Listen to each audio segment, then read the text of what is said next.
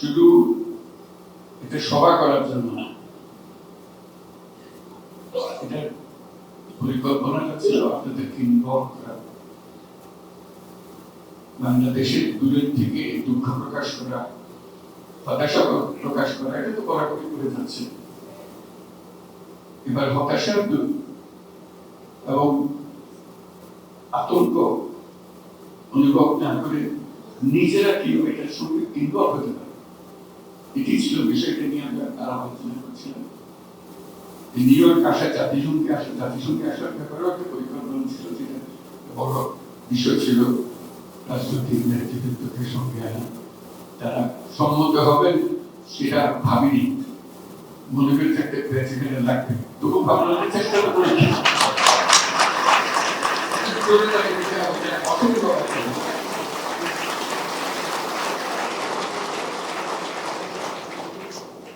ওনাদের সম্মতি দেখে আমার মনে বাংলাদেশ সম্বন্ধে, বাংলাদেশের ভবিষ্যৎ সম্বন্ধে আমার আস্থা অনেক বেড়ে গেছে। কাগজপত্র পড়ে বক্তৃতা শুনে যেরকম একটু ভয় পায়, সেই ভয়টা কেটে গেছে। এবং আজকে আপনাদের সামনে একসঙ্গে এসে কথা বলছেন, এটা একটা বড় বিষয়। এবং জাতিসংঘে যেখানে যাচ্ছে সবাই অবাক হচ্ছে, আমি যখনই শুনছেন যারা রাজনৈতিক দলের নেতারা সঙ্গে এসছেন এবং সকল দলের নেতৃবৃন্দ এখানে এসছেন। এটার পেছনে একটা মানুষকে একটা ভবিষ্যৎ সম্বন্ধে একটা ধারণা দেয়, সেই ধারণাটা সাংঘাতিক আত্মবিশ্বাসী করে আমাদেরকে। সে আত্মবিশ্বাস নিয়ে আমরা যে আজকে নিউ ইয়র্ক শহরে আসলাম, জাতিসংঘে আসলাম, আমরা সাংঘাতিক আত্মবিশ্বাসী হয়ে ফিরে। আপনারা সবাই সে আত্মবিশ্বাসী।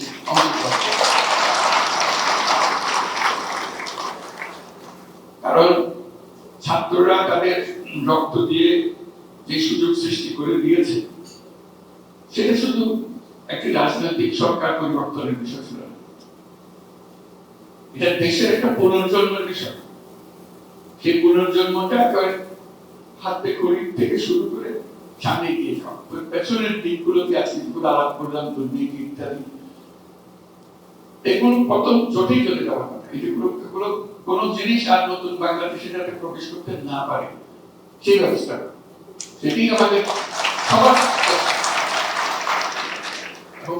সবাই দূরে দাঁড়িয়ে গ্যালারিতে দাঁড়িয়ে খেলা দেখবো ওরকম না, নিজে খেলবো না। আমরা গ্যালারির কাজ শেষ, আমরা প্রত্যেকে নিজে খেলবো, যেটুকু অংশ আমরা পারি সেটুকু অংশ আমরা পালন করবো। তাহলে এত রকম জিনিস আছে, এটা দূরের থেকে গ্যালারিতে বসে কথা বলা সোজা, অবশ্যই সোজা, কিন্তু সেই সোজা জিনিসের মধ্যে আমাদের একটা কঠিন কাজ করতে হবে, এটাকে পাল্টানোর একটু চেষ্টা করতে হবে। সবাই মিলে একটু চেষ্টা করে দেখবো যেটা করে ফেলতে হবে। যেমন আজকের মিটিংটা একটি সুন্দর ভাবে আমরা মিটিংটা করতে পারছি, এটাও কিন্তু অসম্ভবকে সম্ভব করার জন্য এখানে বহু মজা। কাজে সেটা দিয়ে শুরু হয় না, পেছনে যে একটা পরিকল্পনা ছিল, সেই পরিকল্পনাটা করার জন্য আপনাদের সামনে এসেছি। একটু করে বুঝবেন এই পরিকল্পনাটা আরো পরিষ্কার হবে কিছুক্ষণ পর। এটা আমরা বাংলাদেশ সম্বন্ধে যা যা আলোচনা করেছি, আমি ব্যক্তিগতভাবে সাংঘাতিক রকমের আশাবাদী বাংলাদেশ সম্বন্ধে। এই জন্য এটা অনেক জিনিস অনাবিষ্কৃত থেকে যায়। আমি বারবার খোঁজা দিচ্ছি যে অনাবিষ্কৃত জিনিসগুলো সামনে চলে আসে। তার মধ্যে একটা জিনিস, তারুণ্যের কথা আমরা সবাই বলি, আমি বারবার বলছি, সেখানে একটা জিনিস যোগ করছি, তারুণ্য মানেই হলো প্রযুক্তি। এটা দুটো একসঙ্গে, তারুণ্য সঙ্গে সঙ্গে সেই প্রযুক্তির মধ্যে ঢুকে যায় অটোমেটিকলি। যে তারুণ্য আমাদেরকে প্রযুক্তির মধ্যে ঢুকিয়ে ফেলে, সে বিশ্বের সঙ্গে যুক্ত হয়ে যায়, সে আর বাংলাদেশের ভেতরে আর থাকে না। তার জগৎ বিশাল জগৎ, কিন্তু আমরা সেই বিশাল জগতে প্রবেশের পরে সে পরিবর্তনটাকে সেখানে নিয়ে আসবে, সেটা এখনো রাস্তা বানিয়ে দিতে পারিনি, তার মাথার মধ্যে জাগাতে পারিনি। সেই জাগানোর বিষয়গুলো আজকে আলাপ করবো এবং বলার শেষে একটা প্রেজেন্টেশন হবে, সেই প্রেজেন্টেশন দেখতে পাবেন। আপনারা কিভাবে সবাই এটাতে পার্টিসিপেট করবেন। আপনাদের এখানে আমন্ত্রণ জানিয়েছি, আমন্ত্রণের পেছনে একটা আলোচনাটা হবে, ওইটা একটা বড় অংশ। যে প্রেজেন্টেশনটা হবে সেই প্রেজেন্টেশনটা আমাদের কোথায় নিয়ে যাবে, কি করবো সেটা জানার জন্য। তারুণ্য সম্বন্ধে আমি বলি, সেটা আজকের কথা না, পুরনো কথা। বাংলাদেশ সম্বন্ধে নতুন নতুন মাত্রাগুলোকে যোগ করার জন্য, আপনাদের দৃষ্টি জানার জন্য আমি চেষ্টা করছি, বিদেশিদের কাছেও চেষ্টা করছি, যারা বাংলাদেশ সম্বন্ধে জানতে চায়, বিনিয়োগ করতে চায়, ব্যবসা করতে চায়, তাদেরকে বলছি যে বাংলাদেশ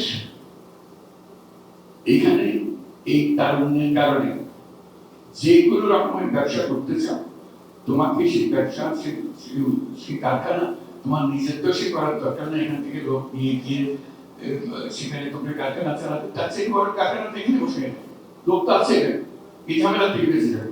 ডিজাইন, এলিগেন্স, বিউটি, সেরা পণ্য সবার জন্য জেভিকো। কাজে এটা একটা প্রোডাকশন হাব হিসেবে চিন্তা করো। বারে বারে এই প্রোডাকশন হাবের এই যে আশিক যে দায়িত্ব আছে, তাকে এই এলাকাগুলো ঠিক করে দেওয়া যায়। এটা প্রোডাকশন হাব হিসেবে তুমি দুনিয়াতে যে কোনো জিনিস বিক্রি করতে চাও, এখানে এসে প্রোডাকশনটা এখানে করো। সেই প্রোডাকশন করার জন্য সুযোগ সুবিধা করে দেওয়া, এটা একটা দিকে আকর্ষণ করছি, যাতে করে বিশ্বের কাছে এটা গ্রহণযোগ্য হয়, সেটাকে প্রমাণ করা। আরেকটা নতুন মাত্রার কথা আমি প্রায় বলি, আবার আপনাদের সামনে বলি, সেটা বাংলাদেশ শুধু আমাদের যে জিওগ্রাফিক্যাল এরিয়া আছে, বাংলাদেশের ম্যাপ বানাতে আমরা যেটুকু করি, আমি সবসময় বাংলাদেশ বলতে এটাকে বুঝি, সেটার থেকে একটু বড় আকারে বোঝার চেষ্টা করি। অর্থনীতির ক্ষেত্রে আমাদের মাত্রাটা ভিন্ন মাত্রায় করা আবেদন জানাচ্ছি, যাতে ভবিষ্যতে সেই মাত্রাটা সফলভাবে আমরা পূরণ করতে পারি। সেটা হলো আঞ্চলিক অর্থনীতি। শুধু রাষ্ট্রীয় অর্থনীতি, দেশ যেটা আছে, ভৌগোলিক সীমারেখা যেটা আছে, ওটার মধ্যে সীমাবদ্ধ না রেখে আমরা আঞ্চলিক অর্থনীতির উপরে জোর দেব। এটা সবার সাথে, শুধু বাংলাদেশের একার সাথে না, যারা এই আঞ্চলিক অর্থনীতির শরীর তাদেরও সাথে। তারা হলো আমাদের প্রতিবেশী নেপাল, ভুটান, আর হলো সেভেন সিস্টার্স।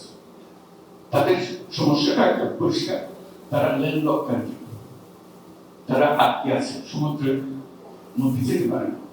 আমাদের সে অ্যাক্সেসটা আছে, সমুদ্র আমাদের সঙ্গে আছে।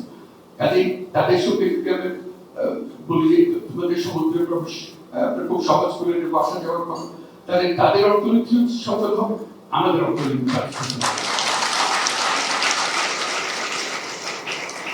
এবং ভারত এটা নিয়ে আলাপ হচ্ছে, অনেকে বিরূপ মন্তব্য করছে, কিন্তু অনেকে সন্তুষ্ট যে এটা হওয়া উচিত। এটা মানে স্বাভাবিক পদ্ধতিতে হবে, এটা জোর করে কাউকে বলতে পারবো না আমার সঙ্গে ব্যবসা করো। সে তার ব্যবসা এখন সীমাবদ্ধ হয়ে গেছে, সেটা বিবেক হচ্ছে না। আমরা যদি তার রাস্তাটা খুলে দিই, সেও খুশি, আমরাও খুশি, কারণ সে আমার উপর দিয়ে চলাফেরা করা মানে আমার অর্থনীতি একটা বিরাট ক্ষতি সঞ্চার হবে। তো সেই দিকে এই জন্য আপনাদেরকে এটা বললাম, এটা মাথার মধ্যে রাখা। কারণ আপনাদের সঙ্গে এইসব এলাকার যে রিজিওনাল অর্থনীতি যেটা বলছে, আঞ্চলিক অর্থনীতি, তাদের বন্ধু বান্ধব অনেক আছে আপনাদের কাছে। আপনারা যেরকম গুরুত্বপূর্ণ বাংলাদেশের জন্য, তারাও তাদের জন্য, তাদের দেশের জন্য গুরুত্বপূর্ণ। তারা যদি মনে করি হ্যাঁ তাই তো, আমরা মাধ্যমে কাজকর্ম করবো, তারা আস্তে আস্তে দেখবে যে রাস্তা খুলে যাচ্ছে।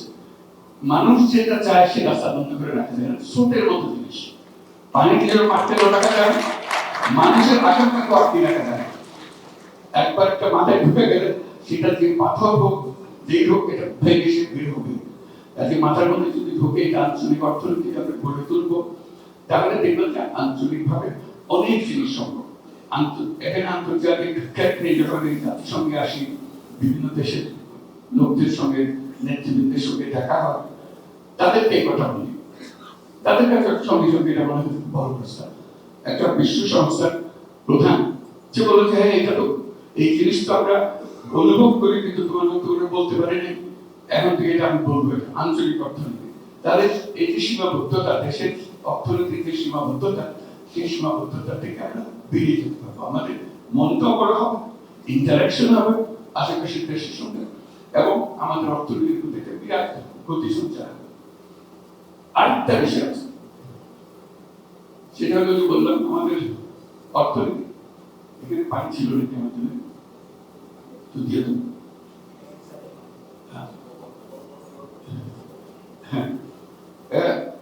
অর্থনৈতিক যে সীমাবদ্ধতার কথা আসে, বলা শুকিয়ে যাচ্ছে।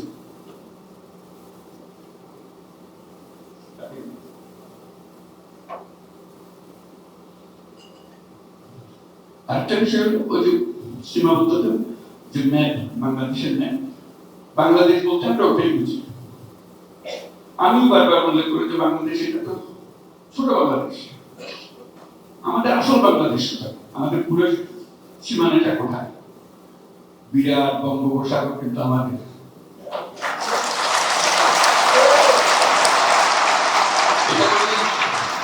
এটা কোনোদিন স্কুলের ছেলে মেয়েদেরকেও বোঝায় না, কলেজ বিশ্ববিদ্যালয়ের ছেলে মেয়েদেরকে বোঝায়। ম্যাপটা একে বাংলাদেশ শেষ, বাংলাদেশ শেষ হয়নি। বাংলাদেশের মাত্র অর্ধেক দিকে, বাকি অর্ধেক সমুদ্র, বিশাল। এখন থেকে আমি বলছি যে বাংলাদেশ বলতে তোমরা সমুদ্র সহ বাংলাদেশ দেখাবা, যে জানো এটা নেই। কারণ এটা তো অসম সম্পদ, মাটির নিচে যেরকম সম্পদ, পানির নিচে, পানির উপরে সব সম্পদ। এটা আমি ছাড়বো কেন? ছাড়া তো প্রশ্নই আছে না, এটাকে বাড়িয়ে দেওয়া হইল। এটা অনেকটা এরকম, বিরাট দিঘি আছে বাড়ির সামনে, মাঝে মাঝে গিয়ে আমি বসে দিয়ে একটা মাছ ধরি, কিন্তু পুরো দিঘি মাছে ভর্তি, একটা জাল ফেলি না।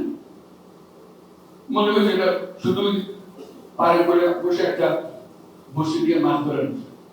আমরা ওই ছেলেদের দিয়ে মাছ ধরি, কিছু যায়, আবহাওয়াটা দেয় যে একটু ঘূর্ণিপাতার আশঙ্কা দেখা যাচ্ছে, ওইটুকু নিয়ে আমি সময় ওই পাড়ার সঙ্গে লাগানো।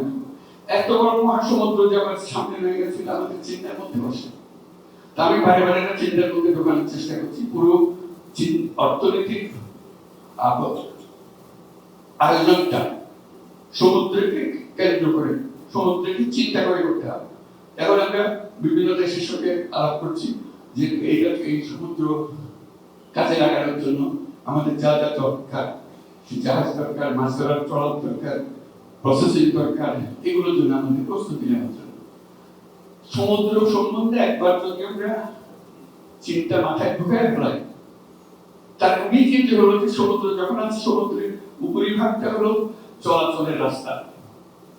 দুনিয়ার যে কোনো জায়গা থেকে যে কোনো জায়গায় যাওয়া যায়, ওখানে রাস্তা বানাতে হবে না, জাহাজ লাগে, জাহাজ লাগে, বন্দর লাগে। আমরা একটা বন্দর, চট্টগ্রাম বন্দর নিয়ে বসে আছি, মারামারি কাটাকাটি করে এটা নিয়ে নেবে করি, ওই একটা। সেটাও আবার সমুদ্র বন্দর নয়। আমরা যদি সমুদ্র বন্দর বলি, এটা নদীর একটা বন্দর। চট্টগ্রাম বন্দরে জাহাজ কিন্তু সমুদ্রে থামে না, কর্ণফুলী নদীতে গিয়ে থামে, কিন্তু সমুদ্রের বন্দর তো সমুদ্রের উপরে থাকবে। এই যে যেই মাত্র আমরা বঙ্গোপসাগর তার উপকূল দিয়ে মাথার মধ্যে ঢোকাবো, তখন দেখা যাবে যে কক্সবাজার, মাতারবাড়ি সবকিছু এখন বিরাট গভীর সমুদ্র বন্দরের জন্য প্রস্তুত। একবার যদি সেখানে গভীর সমুদ্র বন্দর, একটা সমুদ্র বন্দর প্রায় শেষ হয়ে আসছে, কাজে লাগানোর মতো এরকম যদি দু চারটা সমুদ্র বন্দর ভাবে হয়,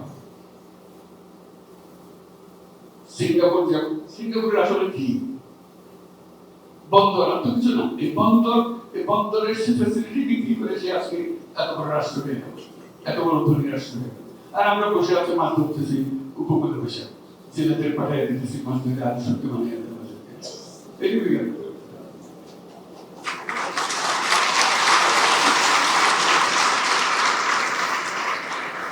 আমাদের মাথার মধ্যে এটা ঢোকাতে হবে, যদি এখন না বলতে এখন পারা যাচ্ছে, এখন পারা যেতে না পারে, পারতে হবে।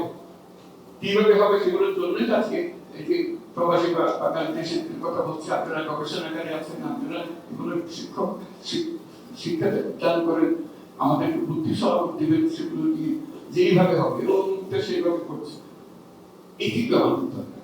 কাজে আমাদের এটার অভাব নাই। এটা তো বললাম সমুদ্রের উপরই ভাগ, বন্দর, জাহাজ আর মাছ, এটাই মাঝখানে পানি, মাঝখানে মাছ। সমুদ্রের গভীরে তলদেশে গ্যাস, আমাদের গ্যাস কোনোদিন সমুদ্র থেকে পেয়েছি, কিন্তু আশেপাশের দেশগুলো সমুদ্র থেকে গ্যাস নিয়ে যাচ্ছে। কেউ কেউ বলছে আমাদের কাছে তারা নিয়ে যাচ্ছে, ওখানে সীমারেখা আছে, বর্ডার আছে, পাইপ দিয়ে তারা নিয়ে যাচ্ছে। আমরা নিজেদের আঙ্গুল তুষ্টি বসে এটা কেন? এটাও তো একটা ফয়সালা হতে পারে। মাটির নিচে যদি গ্যাস, সমুদ্রের নিচে গ্যাস আছে, এটা নেই, সেটা কোনো সন্দেহ নাই। কত দূর আছে, কত দূর আছে, কিভাবে আনতে হবে, আমরা যদি এনেও খেতে না পারি, এর থেকে আর দুঃখ কমানোর দুঃখ আমাদের আর কি থাকতে পারে? কাজে ওই দৃষ্টিভঙ্গি আনা যে আমাদের এই বিরাট সম্পদ, একটা হলো যে আমরা এটা আঞ্চলিক অর্থনীতি হিসেবে চিন্তা করবো, আমাদের সব কাজ করবো সেভাবে গড়ে তুলবো, যেহেতু আমরা সেই ফেসিলিটি নিতে পারি। আমরা সিঙ্গাপুরের কাছে কেন যেতে বাধ্য হই? যেহেতু সেই সুযোগটা তার কাছে আছে, আমরা যেতে বাধ্য হই, তার লাভ আমাদের লাভ। আমরা যদি না আমরা সিঙ্গাপুরের সঙ্গে কাজ করবো বললে আমরা শেষ। কাজে আমরা যখন ফ্যাসিলিটি দিতে পারবো, সবাই আমাদের কাছে আছে, যে যেখানেই থাকুক, তার রাজনৈতিক মতবাদ যেগুলো থাকবে চলে যায়, মানুষের স্বার্থের যে স্রোত, এটা বিক্ষুব্ধ ঠেকাতে পারে। কাজে সেটুকু আমাদের কাজে এই হলো আরেকটা মাত্রা, যেটার কথা দেশের চিকিৎসা যে মাত্রাটা, নতুন মাত্রার কথা বলছি। বাংলাদেশ ওই যে সীমাবদ্ধ ম্যাপ, যেটা এখানে সীমাবদ্ধ না। বাংলাদেশ সারা বিশ্বে ছড়ানো, আপনারা কিন্তু চান।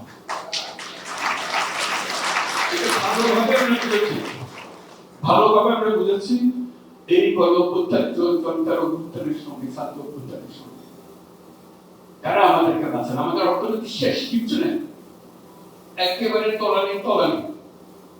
বাঁচায় রাখলো কে? রেমিটেন্স।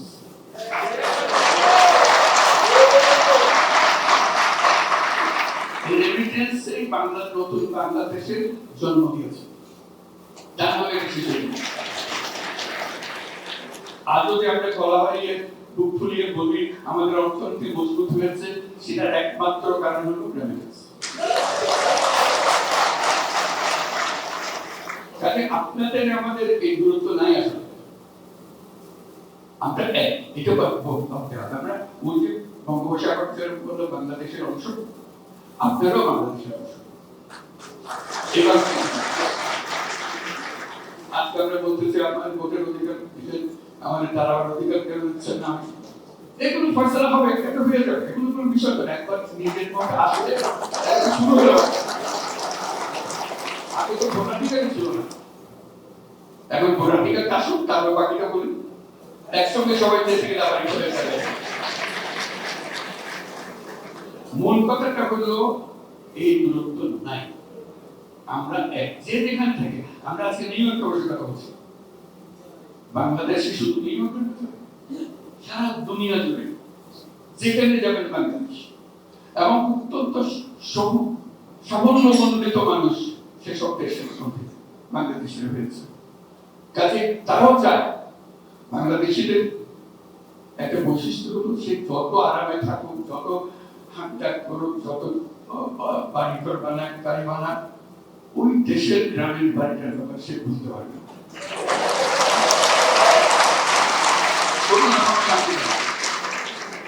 তার কিছু একটা করতেছে, কিছু একটা করতে হলে আমি কিভাবে করবো, কারোর উপর ভরসা করতে পারি না। চাচা তো ভেবে দিয়েছিলাম টাকা পয়সা, কিন্তু সব খেয়ে হচ্ছে লাইন পেতেছে না।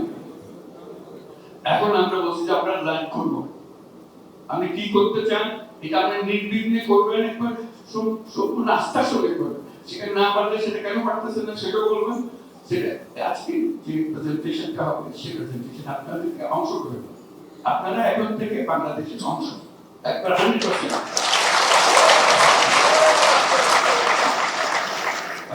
সেটা কিভাবে আপনার মনের কথাটা কিভাবে জানাবেন, কাকে জানাবেন, দুঃখের কথাটা কাকে জানাবেন, সেগুলোর ব্যবস্থা, এবং পরস্পরের সঙ্গে সম্পর্কটা কিভাবে রাখবেন, যাতে একা মনে করেন আমি একা গিয়ে কি করতে পারি। আমরা জোট বাজার যাবো, এই করে যাবো, ওই অংশটা আমরা করবো। স্বাস্থ্য খাতে আমার এত কথা জানা আছে, আমি স্বাস্থ্যের কাজটা করে বাংলাদেশ করতে পারেন। আপনি মনে দুঃখ পান, আমি এখানে বসে, আমেরিকাতে বসে, ইউরোপে বসে কত মানুষের স্বাস্থ্যের সেবা দিচ্ছে, সামান্য একটা জিনিস যেটা একবার দিতে পারতাম বাংলাদেশের মানুষ ভালো। এই দুঃখ থেকে বেঁচে যায়। বিশেষ করে এখন যখন প্রযুক্তি আসছে, এগুলো এত সহজ হয়ে যাচ্ছে, এবং ছেলেপেলেরাই এগুলো চালাতে পারবে। আপনি শুধু দেখাই দেন জিনিসটা, প্রযুক্তিতে হাতে ধরে না, তাহলে এগুলো সেই করে ফেলছে। এবং সেখানে বাংলাদেশে আপনারা যা শিখবেন, আপনার সেই প্রযুক্তি প্রয়োগ করে, আপনার সেই পদ্ধতি প্রয়োগ করে, আপনার সারা বিশ্বে আপনি সেটার জন্য প্রসিদ্ধ হবে।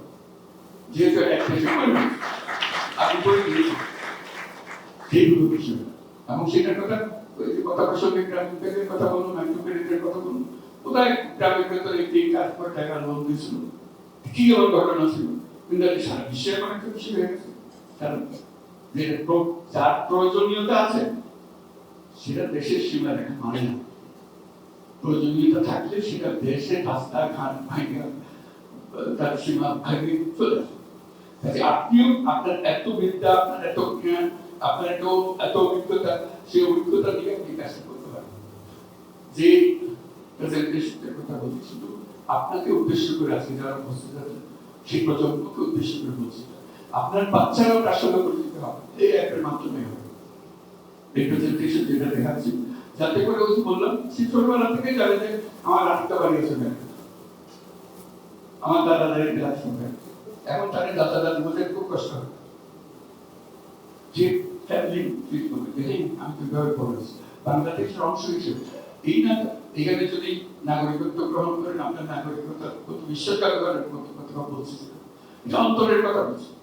অন্তর এক জিনিস আর নাগরিকত্ব এক জিনিস। আপনার অন্তরে যা চায় সে অন্তরের কাজটা করতে পারবে, যে করার ফলে ওখানে গিয়ে যখন যাবে মনটা ভরে যাবে। আমি নিজে ভাব করেছি তা তো বটে, আমি যে এলাকাতে প্রাইমারি স্কুলে লেখাপড়া করে গেছিলাম, সেই প্রাইমারি স্কুলে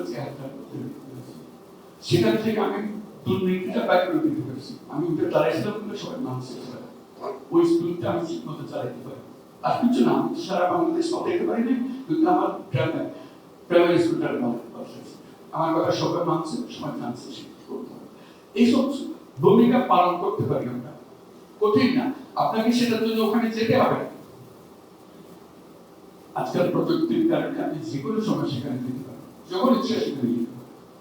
তাতে সেই প্রযুক্তিগত জিনিসগুলো নিয়ে আসা, আর আপনাদেরকে এই যে ম্যাপের কথা বললাম, বাংলাদেশের ম্যাপ, সেই বাংলাদেশের ম্যাপটা অন্যভাবে দেখার জন্য যে আমরা এই বাংলাদেশের অংশ, সেই অংশে আমরা কিভাবে করতে পারি সেটা আমাদের মূল জিনিসটা হলো। আজকে যে ছাত্রদের অভ্যুত্থান হলো, সেটা আমাদের মস্ত বড় প্রতিবন্ধকতা সরিয়ে দিয়েছে, আমাদের স্বপ্ন দেখার সরিয়ে দিয়েছে, স্বপ্ন বাস্তবায়নের শক্তি দিয়েছে। এগুলো স্বপ্ন আমরা সবাই দেখি, বাস্তবায়নের ক্ষমতা আমরা পাই না। এই পরিবর্তন ছাত্ররা যা করলো, সেই শক্তি আমাদেরকে দিয়েছে। এই শক্তিটা যেন হারিয়ে না, সেই জন্য আজকে আমরা সবাই মিলে জাতিসংঘে এসেছি। এই কথা সবার সামনে বলা যে এই জাতিসংঘে বেশি আমরা সবাইকে জানিয়ে দিচ্ছি, একসঙ্গে এসেছি, সবাই জানিয়ে দিচ্ছি এই ব্যাপারে আমরা জাতির সাথে আমরা একমত। সবাইকে ধন্যবাদ। আমরা এই পথে চলবো এবং এটা দেখে আজকে থেকে আপনারা শুরু করেন কাজটা ব্যবহার করতে।